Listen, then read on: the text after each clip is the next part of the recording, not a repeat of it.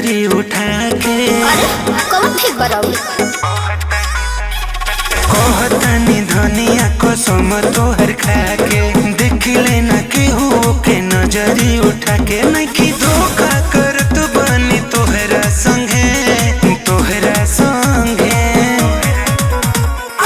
अपन में और मोर चाहे लगे मोर चाहे लगे आ दूसरा के में और मिठाई लगे अपन में और मोर चाहे लगे आ दूसरा के में और मिठाई लगे।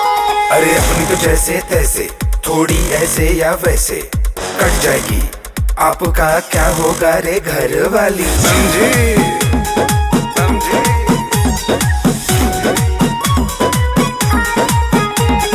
हमारा पमोन से ना मोहरेला ठीक से ना प्यार को कहरेला केहू पमारी लेना लाइन हो पहर से जीव मोरा डरेला।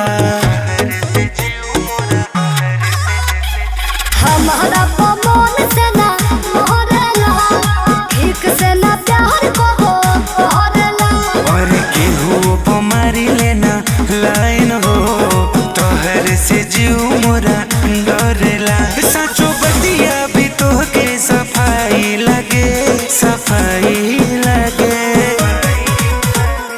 अपन में और मोरी चाहे लगे मोरी चाहे लगे आ दूसरा के में और मिठाई लगे। हत आपन में हर तखटाई लगे दोसर के में हर मलाई लगे।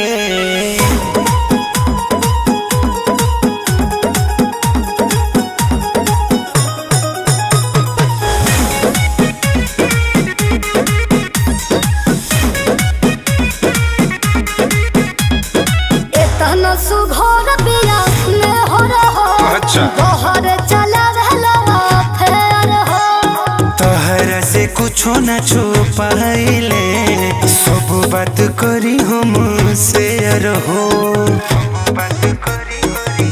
सुना बोला इतना सुघोर बिया में हो रहो बहर चला रहला फेर हो तोहरा से कुछो न छुपाइले सब बात करी हम शेयर हो। रवि सोहरब तबे तो से दूरे भागे दूरे भागे।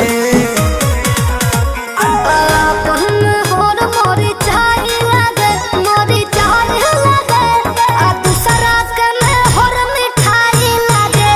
तो अपन में हर तक